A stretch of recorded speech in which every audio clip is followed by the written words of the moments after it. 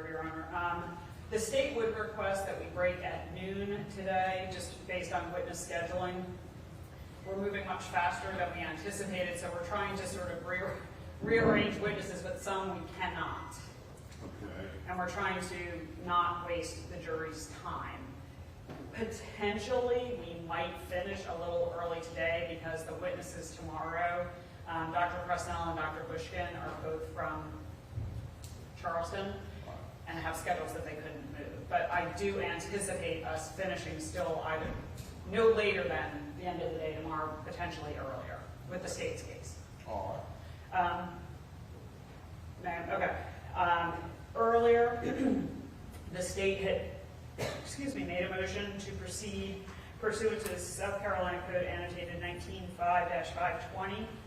That's the one that deals with self-authenticating documents where if cell phone records have been provided in advance and they have the required certification, they get admitted without having to call a custodian of records.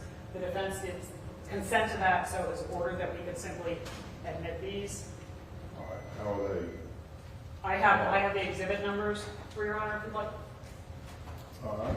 So, State's Exhibit 5 would be the victim's phone records.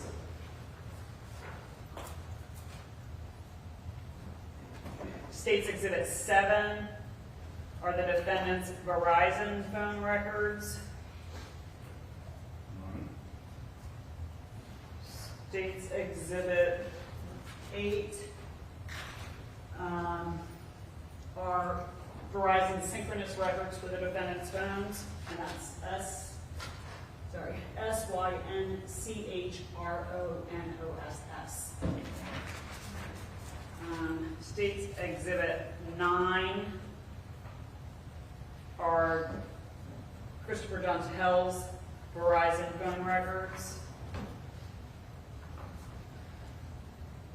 State's Exhibit 142 are geofence records. And State's Exhibit 150 are Google records relating to both defendants, excuse me. All right. Are you tendering them now?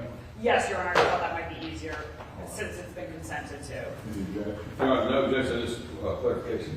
Number 5, I believe she said defendants. Correct, and the victim's phone records. So 5, okay, I'm sorry. Which one was it after that? Was it 9? 7 is 7. Jackson's Verizon phone Jackson's records. Verizon, okay. She said defendant, I want to make sure she meant Jackson. Thank you, Your Honor. All right. The state's exhibits 5, 7, 8, 9, 142, and 150 are admitted in evidence. Thank you.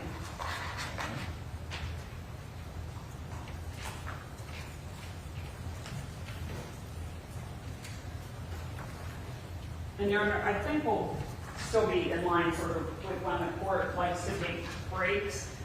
We have 3 witnesses to start off with, and then I would just like, whether it's a full break or just enough time that I can gather exhibits for the 4th witness, as he'll be going through quite a few. And then the witness after that, we also have a number of exhibits just to gather, so there's less time walking back and forth. All right.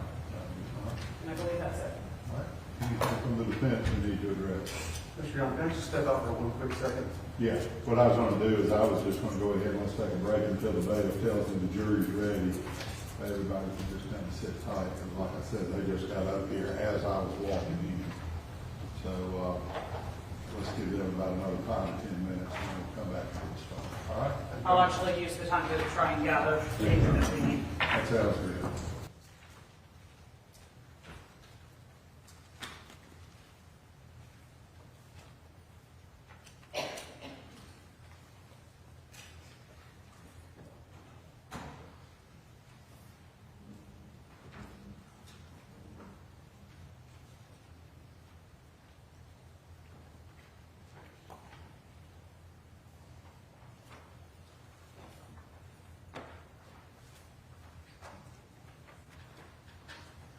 Please raise your right hand and place your left hand on the Bible.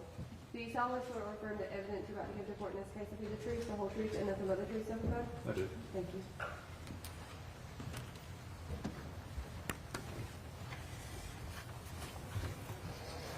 Get you to state your name and then spell your last name for the court.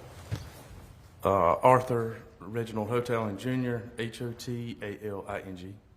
Good morning. Good morning. Are you currently working? I'm not. Are you starting a new job soon? I am. What are you going to be doing? Working for the South Carolina Highway Patrol.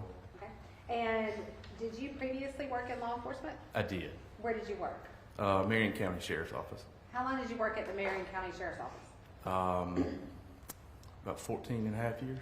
Did you have any law enforcement experience before you went to work at the Meagan County Sheriff's Office? I did. I worked almost 2 years, right at 2 years in Mullins Police Department. Okay. I'm going to turn your attention back to around October 2020, November 2020. Do you remember what your assignment was with the Meagan County Sheriff's Office back then? At that time, I was the Senior Investigator. What were some of your duties and responsibilities as a senior investigator? Respond out to call-outs, investigate various crimes, from felonies, misdemeanors, Everything. everything. Okay. So think back to November 8, 2020. Were you asked to respond to the scene of a body at Pitt's Landing? I was. Where's Pitt's Landing located? It's right off of 378 in Marion County. It's at the end of 908, around, or go down almost to PD Highway from 378 from the Marion County side. And what river is located there? The big PD. Are you sure? Or the little PD, yeah, Okay. it meets down in the It bottom. meets, but it's the Yeah. little PD there. It's the little PD there. And do you know if the Little PD River is the geographical boundary of Horry and Marion County? It is. Okay. What did you see when you got there? It was dark. Just the river landing. Were there people there? There was a few people, but not many. Okay. What kind of people were they? I think they were just camping or fishing. Okay. Did you do anything once you got there? I did. I think, if I remember correctly, I think the people that were there may have taken a picture or something of what they saw, but they weren't real sure. So then I had called my supervisor, kind of let them know what was going on. Did the fact that the Little PD River is the geographical boundary of Horry and Marion County create any difficulties for you when you got there? It did. Okay, what were those? To find out which side of the river this body was on, in a bend in the river, it just made the line to determine whose case it was going to be. Okay. So who did you call out to come to the scene? If I remember correctly, I had called my supervisor, Captain Barker, at the time, and she had told me that we could call Horry County and have Horry County come out to kind of assist with determining if it's our side or their side. Okay. And did Horry County come out? They did. When you got there, did you see the object that the civilians had called police about? I couldn't from there. Okay. Do you recall receiving some evidence that was recovered from the body in this case? I did. Okay. I'm going to approach.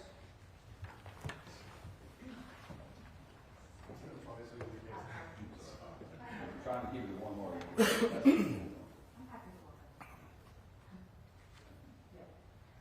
Your Honor, may I approach? Yes.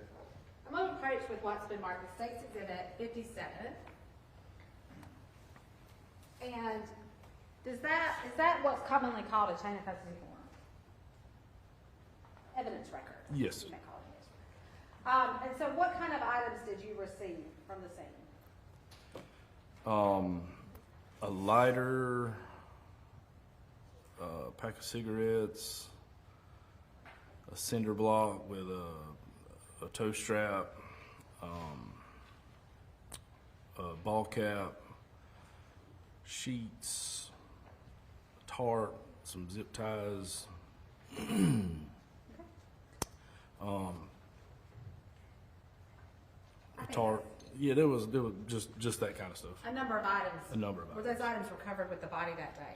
Yes, Were you asked to sign this form showing that those items were given to you? I was. Do you see your signature on this form? I do. Is it right here? It's actually over here. Right there? Okay, Yes. sorry. Hard to read. Thank you.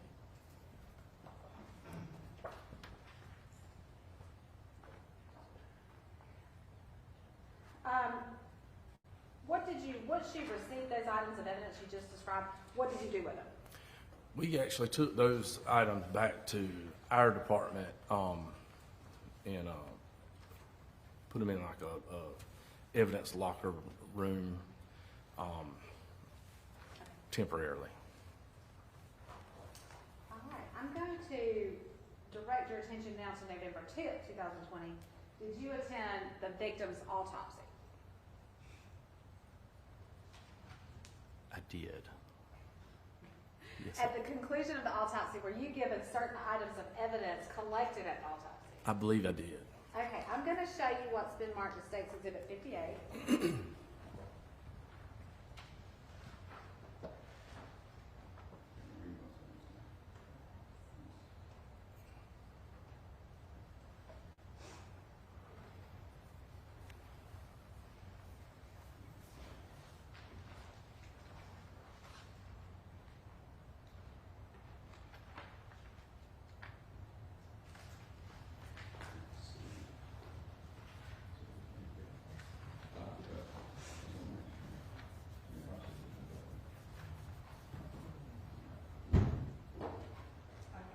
Madam Treasurer?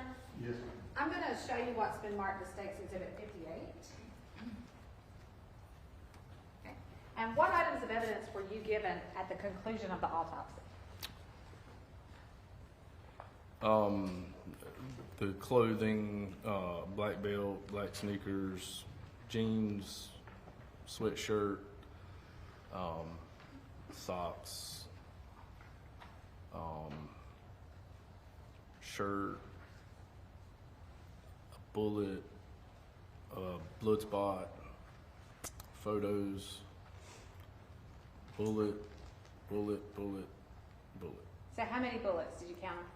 2, 3, 4, 5. And is that your signature on that form saying you received those items? It is. Okay, I'm going to show you what's been marked as State's Exhibit 139. And you can look at them if we need to open them, we will. Okay. Are those the bullets you collected from the autopsy that day? It is. 139, yes, I think so. Okay, what did you do once you took those bullets into your custody?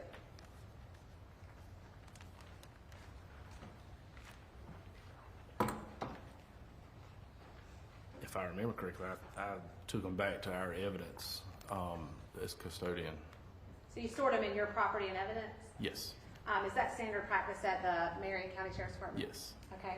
At some point in the future, did you turn those back over to Horry County? I did.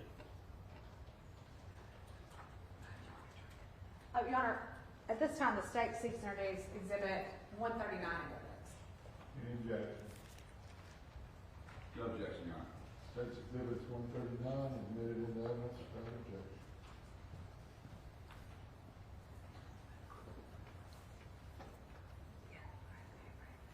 No further questions from the witness. Cross-examination. Please, Court, Your Honor. Yes, sir. Maybe I missed it in there. When did you give jurisdiction over to Horry County? I'm not exactly sure on the date. You don't remember giving it to Horry County? You didn't see jurisdiction, so so- you get to the scene, you take all the evidence, you transport all the evidence, you store all the evidence, you start the investigation, and then Horry County gets in? How does Yes. that happen? Afterwards. So when we were there, I contacted our sheriff as well. Because over there, we would let SLED come in and do a crime scene. But he was in agreement to let Horry County take like pictures of the crime scene, kind of process that crime scene for us to help us out. Look, I'm not trying to be mean, just No, want to you're ask some fine. questions to clarify everything. So SLED gave permission to Horry County to take pictures, is that what you said? Our sheriff. Your sheriff. Yes. That's the first person you called, correct? Your supervisor? No, Judy Barker was my supervisor. Judy Barker, Yes. supervisor, okay. And she So contacted the you sheriff. knew to call your supervisor Yes, because bodies found in Marion County, we got a problem. yes, Bodies found in Marion County, we got a problem. yes, And then you inventory, take all, store it, do everything you're supposed to do, right? yes. Don't you feel like it's your case? Well, we did until Yes, sir, it was you did. determined You sure did, didn't you? Yeah. Because it was in Marion County. the body was located in Marion Right, County. okay, yes. Marion County. Yes, sir. Yes, sir. It wasn't located in Marion County. No, And you started, I would say preliminary investigations, you got some evidence from the scene, correct, you got the body transported to NUSC, correct? correct, You were there at the autopsy, correct? correct, You took the bullets back, correct? correct, So you did a lot of the stuff to get going, right? correct. And then we kind of swept them because they knew it was theirs. What claim did Horry County have to take jurisdiction? They didn't, did they? No, they didn't. We They worked didn't have together. jurisdiction at all. No, Thank you, no further questions.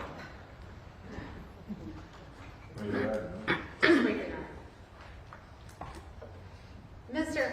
Hotaling, does the Marion County Sheriff's Department have a crime scene division? no, So who does Marion County normally call when you have a crime scene to process? slid. Okay. In this case, did Marion County ask Horry County to process the crime scene? They did. At some point, if you know, was the body found dumped in the river identified as the victim in this case, Gregory Rice? It was. And at that point, did it become clear that the crime was an Horry County case? Yes, that's correct. Objection, Your Honor. How can he know? He just stated he had no idea about the case. He found the body in Marion. There's no way he could possibly, if he knows Gregory Rice belongs to Horry County. He's got no idea where Gregory Rice is from unless he's told that. May I respond? Yes. Your Honor, I believe that defense counsel specifically elicited testimony from this defendant asking him which county had jurisdiction and where the crime occurred. Overruled, not allowed. Go ahead. All right, you may step down.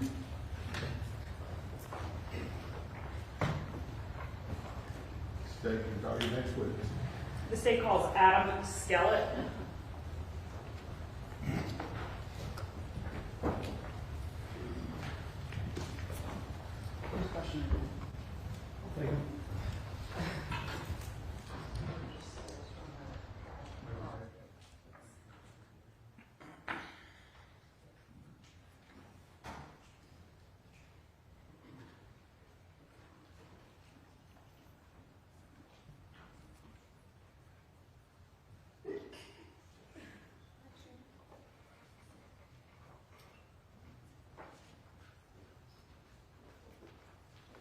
Please raise your right hand and place your left hand on the Bible. Do you solemnly swear or affirm the evidence you're about to give the court in this case be the truth, the whole truth, and nothing but the truth, so help you God? I do. Thank you.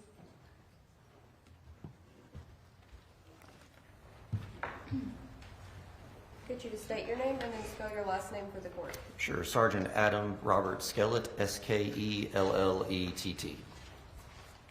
May I, Your Honor? Yes, ma'am. Thank you. Where do you work? Horry County Police Department. And how long have you been there? This May will make 14 years. What is your current assignment? The current assignment is sergeant at the West Precinct over the Patrol Division. What areas of Horry County does the West Precinct cover? 501 to Aner, Gallivan's Ferry, out to Marion County, stretching all the way to Greensea, Nichols, out to Longs, across the North Carolina border to 905. Big area. Big area. Okay. What are some of your duties and responsibilities as a patrol sergeant? Basic patrol operations, answer 911 calls, also supervise corporal and about 4 or 5 private first class officers that we have. How long have you had that assignment? Since March of 2024. What was your assignment before that? Prior to that, I was in the investigations unit from 2020 to 2024. I'm sorry. No, go ahead. Worked in the special victims unit and also in the homicide robbery unit. So directing your attention to October and November of 2020, You would have been working as an investigator at that point. Yes, ma'am. Were you in special victims? At that time, special victims unit, yes. So what types of crimes do special victims investigate? Anything ranging from missing persons, sexually related crimes. We would also assist in anything that homicide, robbery may need, also with some of their cases too. Did you become involved in the investigation into the disappearance and then murder of Gregory Rice? Yes. How did you become involved? In reference to this case, on October 19th, I was tasked with going to the River's Edge community, where the defendant and Christopher Dontel, co-defendant, they both reside at. The River's Edge community is located on Highway 90. At that time, we were looking for a surveillance video.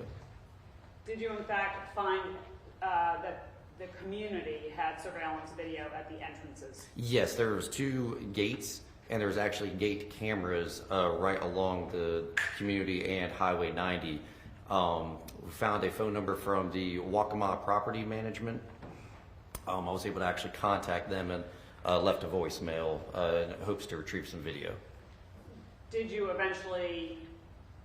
Were you eventually given video from the River's Edge community cameras? Yes, a Brian Stewart, an employee with them, contacted me, and then the next day I actually met up with them and received, I believe it was 2 hard drives in reference to video surveillance. And I'm approaching with what's already been admitted, States Exhibit 118 and 119, Your Honor. Are those the drives that you received from Mr. Stewart? I believe so, yes. Okay. Did you review those videos? Yes, ma'am. And were you focusing on October 2nd of 2020? At the time, yes, yes. Did you, in fact, find any relevant, I'll call them captures from those cameras? Yeah, both of the co-defendants' vehicles that we knew that they were operating. And I've shown these to defense. I'm approaching with States Exhibits 136 and 138. Are those stills from those videos? Yes, ma'am. Okay. And those are my initials on them as well. Okay. Your Honor, I would ask that States Exhibit 136 and 138 be admitted and published. Any objection? No objection, Your Honor. All right, States Exhibits 136 and 138 is admitted into evidence without objection. And I'm going to first go with 136 and then I'll show the jury. Can you tell me, is there a date and time stamp on this photo? Yes, October 2nd, 2020. It shows the time of 6:16 p.m. And what car do you recognize in that photo? The defendant, Meagan Jackson, and that's her vehicle. Is she entering or leaving River's Edge? I believe that's her entering. No, I'm sorry, that's exiting. Sorry, the porch is on that side with the driveway. I'm sorry, that's exiting. Okay. So this is October 2nd at 6:16, leaving River's Edge.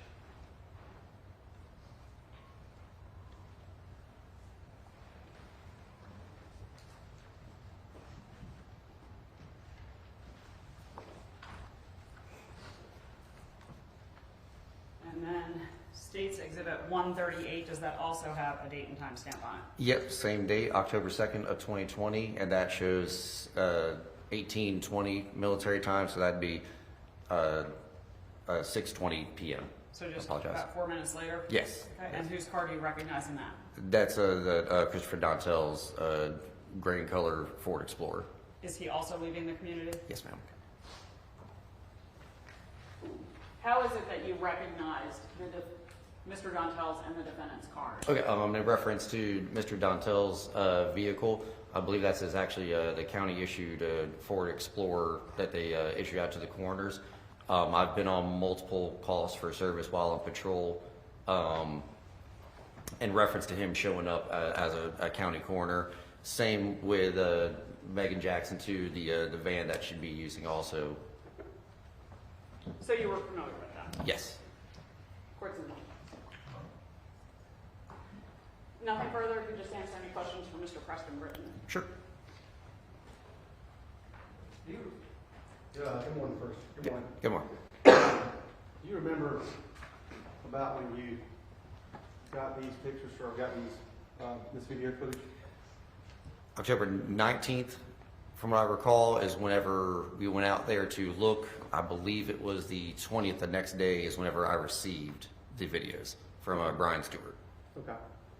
And just to kind of button some things up, that was, at that point, y'all had some suspicion they were, Meagan Jackson and Chris Dontel were people of interest. Is that fair to say? Fair to say, yes, sir. And so we know, just kind of to button up this jurisdiction issue, that the body's not found till November 7th. Isn't that right? From what I understand, from what I believe, yes. Okay. Okay. So at the time the body was found, and jurisdiction was being determined, y'all already knew that there was an Horry County employee involved, potentially, in this murder. I believe at the time they were being looked at in reference to missing person cases.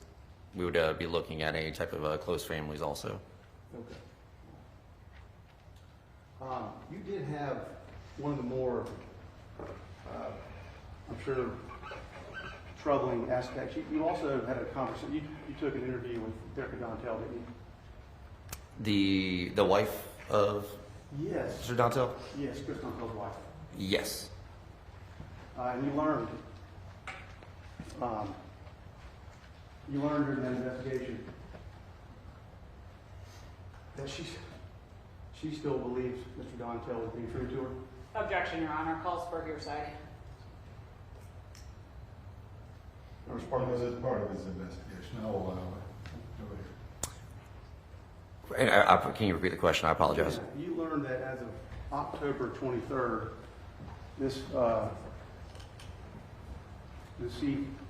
Dontel still believed that Chris Dontel was being true to her.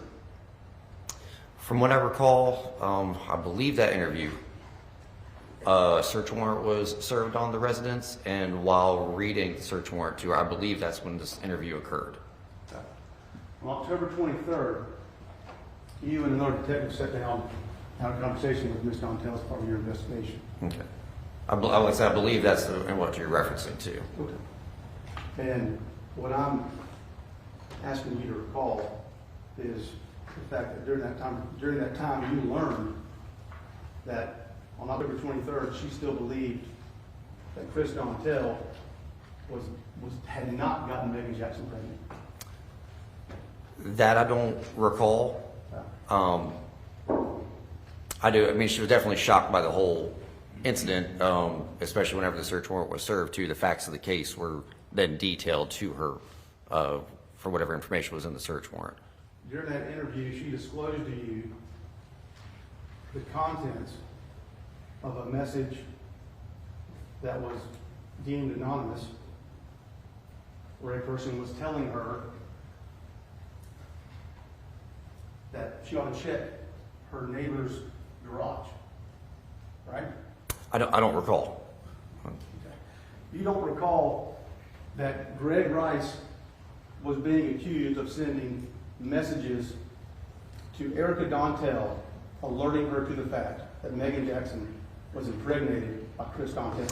I believe through the investigation, as customary is whenever we're working investigations together, the information is passed along to all of us. I do recall something of those issues going on. You recall something of those issues going on? Okay. You got information during that interview that she believed it was Greg Rice sending those anonymous messages. It's possible. It's not possible, it's true, sir. Objection, Your Honor. Yes, let's keep it to a question. Okay. Is it? And after during that interview, sitting there with her, you had to be the unfortunate one to tell her that Chris Dontel, disclosed to her that Chris Dontel had impregnated Meagan Jackson. Isn't that right? From what I recall, whenever we were reading the search warrant to her, that seemed to be the first time that she was getting that knowledge of these facts of the case and whatnot. So I believe that was the first time she was hearing about it. During that interview, she just showed you the anonymous messages that she had received prior to that. Back in September, in the days leading up to Greg Rice's murder. Objection, is there a question in there? Isn't that right, sir? I don't recall that part of the interview.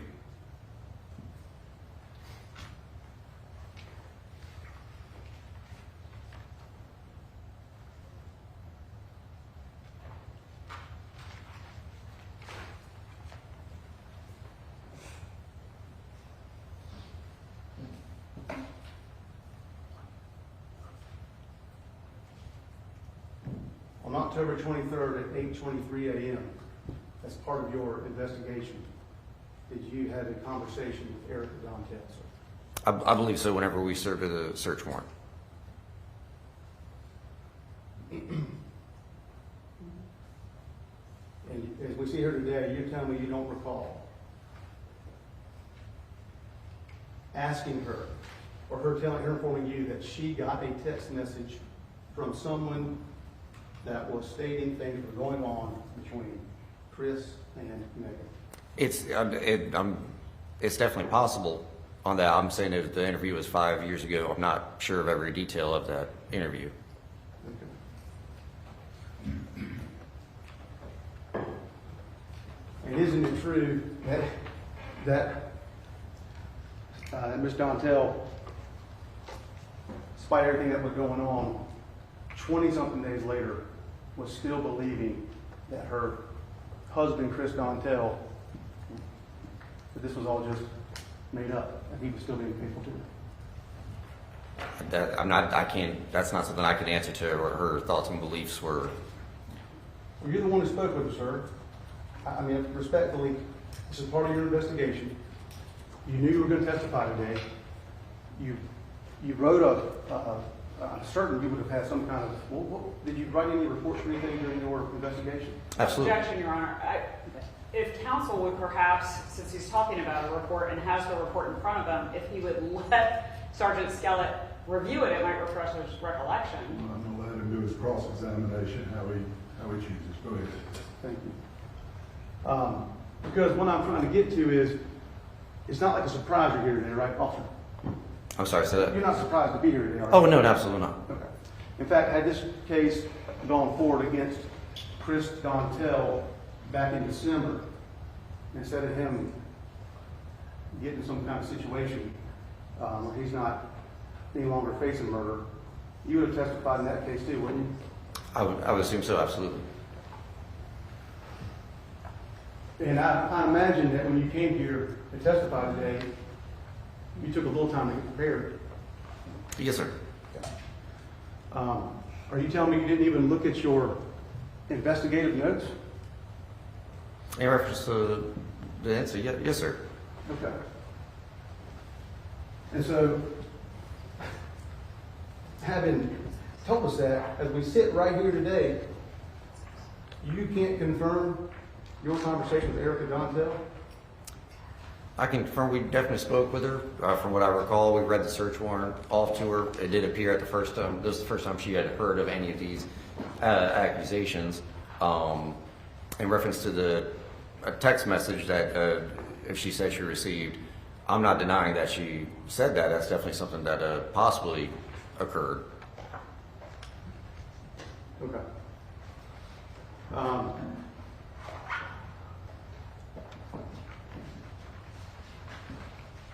You also had the opportunity to go canvas Flint Lake Apartments, is that right? Yes. Do you remember doing that? Yes. Okay. Yes. And I actually believe in our report investigation, I actually listed the different addresses that I attempted to go to try to find video surveillance as well. Okay. And you, during your canvassing, you took the occasion to attempt to speak to a number of neighbors, is that right? Yeah, door knocking, and cases like this, just kind of going door to door, seeing have you seen anything or anything suspicious and whatnot on the certain dates involved. Okay. So to do that, to go from one door to the next, you got to be walking around the area, right? Mm-hmm. Okay. And when there's a missing person, it's something where you guys just haven't put it together yet. You're doing a pretty broad search, aren't you, sir? Very much, yeah. Okay. And so it was reasonable for us to expect that part of your investigation would not just be canvassing the sidewalk that leads up to Gregory Rice's apartment and his apartment, but the surrounding area too. Yes, sir. And so, even if by some circumstance, well, let me ask you, is there a crime scene? At that time? At any time?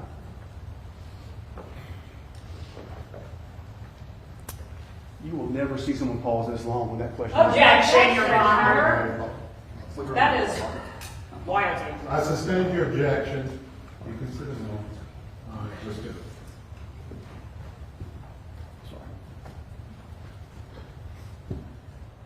So, is there a crime scene? At that time, whenever do you have the date whenever we went to go surveil that subdivision? Yes, sir, Your Honor. It was October 27th. Okay, at that time he was still a missing person. Did you guys ever identify a crime scene?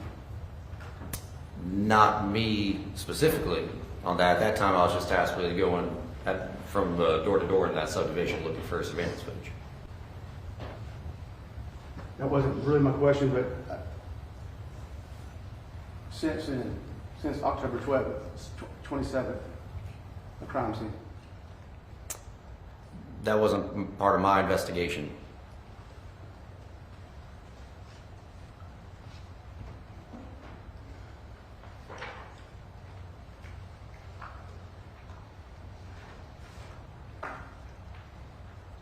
Your Honor, I beg the court's indulgence for a second.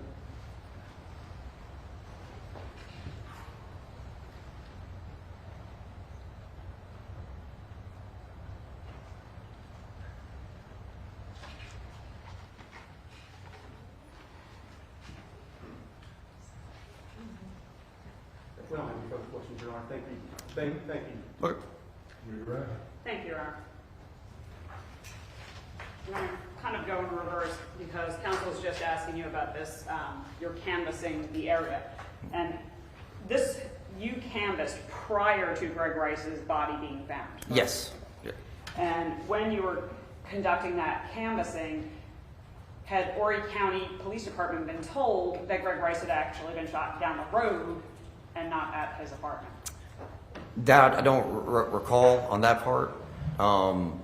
At that time, working with it, there was definitely suspicious circumstances surrounding the missing person from the information that I believe we were receiving. But you didn't, at that point, you didn't even know that you had been killed? No, no. And counsel was referencing a report, so I guess I need to mark this. Here, I'll show it to you. Your Honor, I object to him adding his record. No rule. You brought it up. Yeah, that's fine. I guess that's all we want. We can do 6. I think 6 isn't used. Or if it's easier for you, then do it on 59. States 159 marked. And this would be just part of the application. Your Honor, if I may, I'm approaching with what's been marked States Exhibit 159 for identification. Thank you. Just hold on to that. Sure.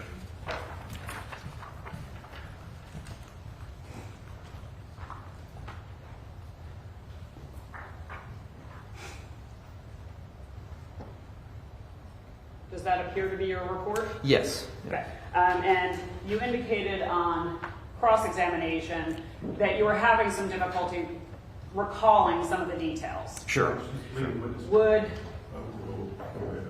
Would reviewing your report refresh your recollection as to some of those details? Yes. Yes. And thank you for allowing me to look at this again.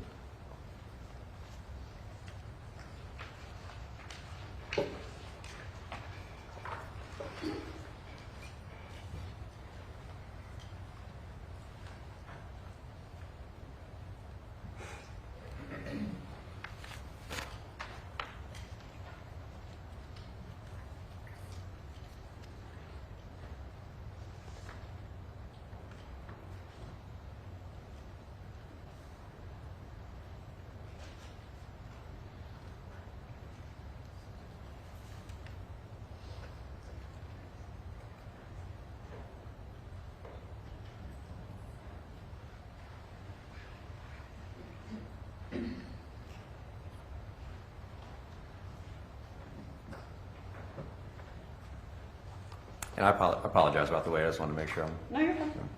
And then when you're done with that, if you could just turn it over. please. absolutely.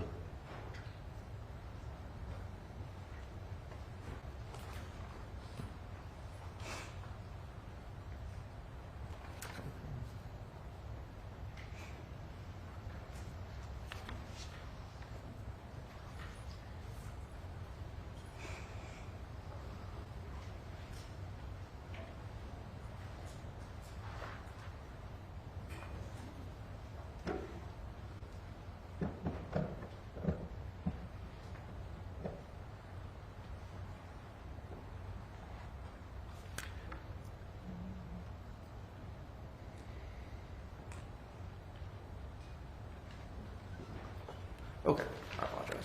That's okay. So having reviewed your report, does that refresh your recollection as to your conversation with Erica Dontel? Yes, in reference to the text messages, I think it does seem like she believed that the text messages were from Gregory. Didn't she in fact say that Meagan implied that Greg had sent them? Yes, something along the lines of that, yes. Did Erica Dontel indicate whether Christopher Dontel was fine just sort of moving on from his friendship with Meagan? That appeared to be that too. Are you,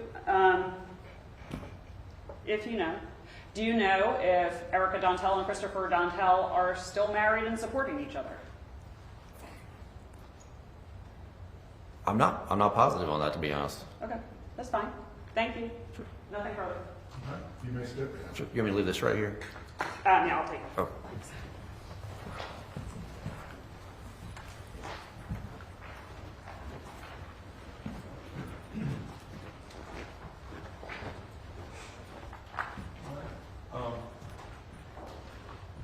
The next witness will be a little long, so. I mean, is this the one where you said earlier you needed a short break? I'm sorry, we have one short witness and then the witness where we need to gather some All right. insights. Thank you All right, for checking. Stay and call you next witness. Your Honor, the state calls Mark Bonner.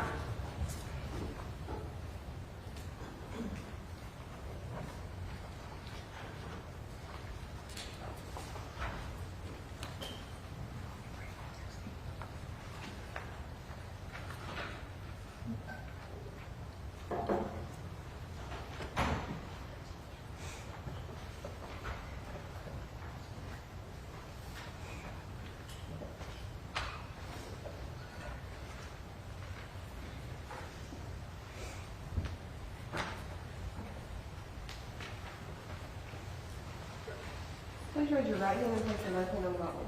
Do you solemnly swear or affirm the evidence you write in court in this case will be the truth, the whole truth, and nothing but the truth, so help you God? I do. Thank you.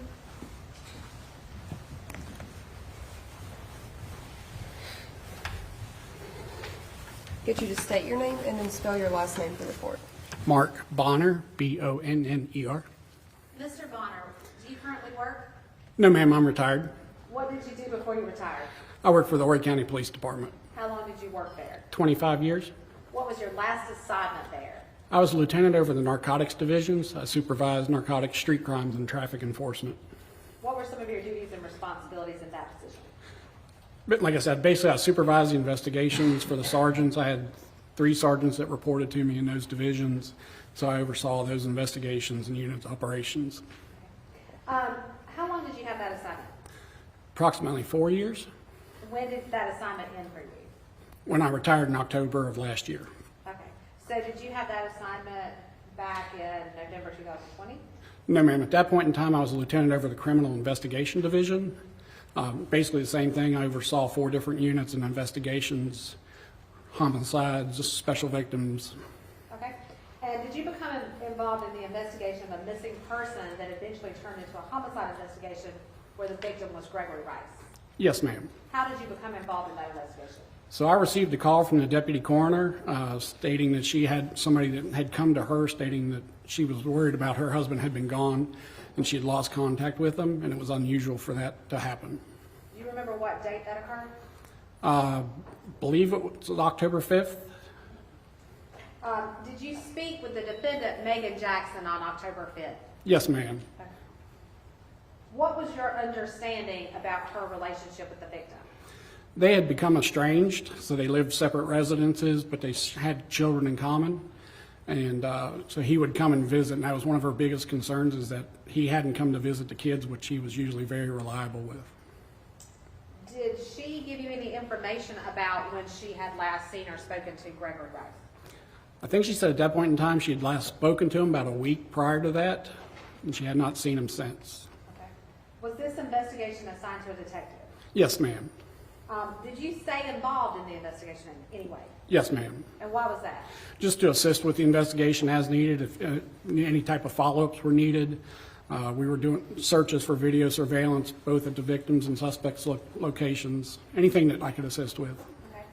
And were you aware that the victim's remains were recovered on November 8th? Yes, ma'am. At that point, did you or any other investigators obtain any arrest warrants? Yes, subsequent to the autopsy, enough probable cause was established to obtain a search warrant for the defendant's residence, along with an arrest warrant for the defendant. Okay. Let's talk about the search warrants. What were the search warrants for? As a result of the autopsy showed that the victim had been killed with a .22 caliber round. So the process, we got a search warrant to obtain any evidence related to that that may show any evidence related in the residence for that homicide. And did you participate in the execution of any search warrants? Yes, ma'am. We established two teams to go to both co-defendants. I led one of the teams, specifically this defendant's residence. Did you locate anything during the search relevant to this investigation? Yes, ma'am. In the defendant's closet, there was a gun box, a handgun box. Oh, never mind. I apologize. We found a handgun box that belonged to a .22 caliber handgun.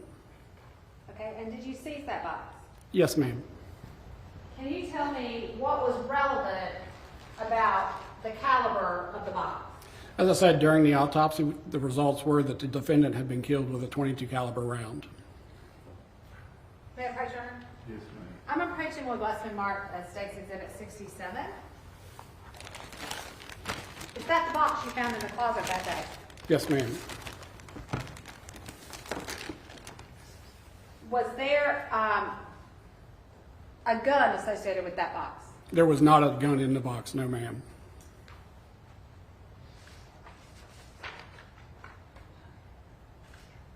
Your Honor, at this time, the state seeks to admit exhibit number 67 into evidence. Any objection? Yes, sir, Your Honor. State's Exhibit 67 admitted into evidence without objection. No further questions by the state. Cross-examination. Just a clarification. We know that based on what bullets were found in Greg Rice's body, this is was not his gun, right? Objection, Your Honor, basis of knowledge.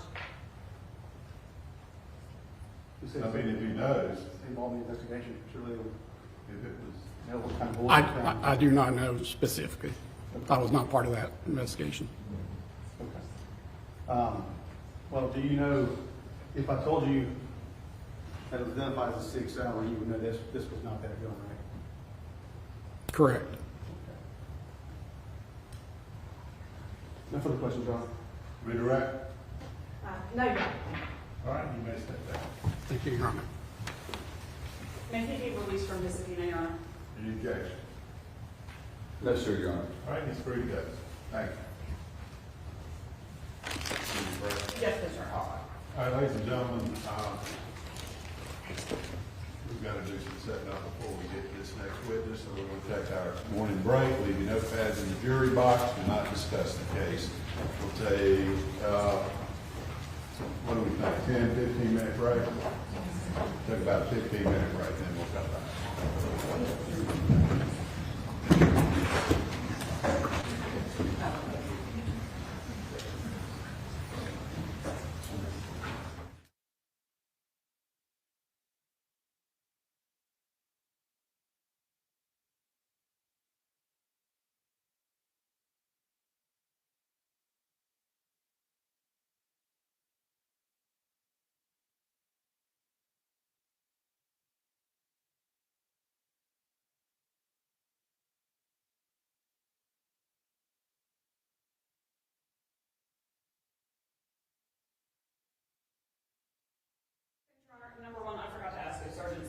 be released from his subpoena?